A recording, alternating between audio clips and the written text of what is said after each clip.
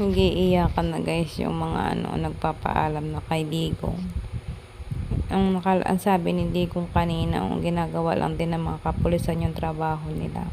Kayo guys, anong stand nyo dito? Maawa ba kayo kay Tatay Digong or tama lang sa kanya yan or ano ba talaga?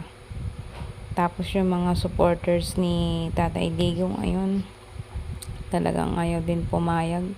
Siyempre, suportado yan. Yung iba namang kalaban natutuwa.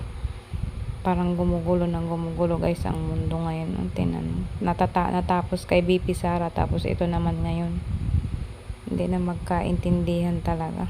Ayun, sinasakay na nga pala si Tatay Digong sa eroplano papuntang Netherlands. Ayan guys. Kung makikita nyo, update lang tayo sa mga nangyayari. Sana hindi naman siya doon. Wala naman mangyaring masama sa kanya doon. Ang sabi sa Tatay Digong, magpapakulong naman siya daw basta dito sa Pilipinas. Ang sabi niya, kasi Pilipino daw siya. Bakit daw siya ikukulong doon sa ibang bansa? Inaako naman niya ang kanyang pagkakamali guys. Pero hindi, kayo guys, anong masasabi niyo dito sa ganitong ginagawa ng ng nangyayari ngayon sa ICC?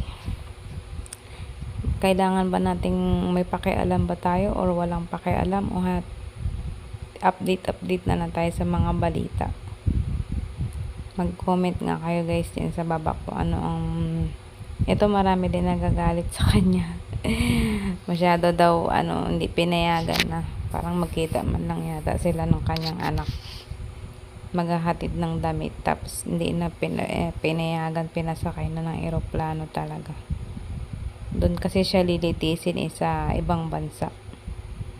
Bakit ganun? Hindi na lang dito sa ating bansa grabe ang dito pamamaraan ng batas.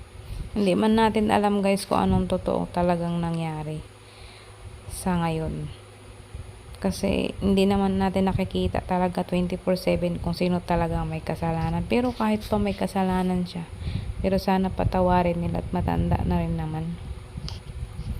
Bagat ang pagpapatawad, ang Diyos nga nakapagpatawad paano pa kaya yung tao lang, 'di ba? Hindi natin alam kung anong iniisip nila, kung ito ba'y politika or hindi, yung mahaluan ng politika. Yun ay puro mga haka-haka lang talaga. Pero sa sitwasyon niya kasi guys, matanda na ito. Kung ikukulong pa man nila, ewan ko lang din kung bang pag kinulong ang senior citizen na makakalaya din ba? Kayo na guys ang humusga kung ano ba ang nito. Nagkakagulo pa sila. Panoorin natin guys kung anong mangyayari dito. Kasalukuyan na pong sinasakay si Tatay Digong sa eroplano palipad ng Netherlands.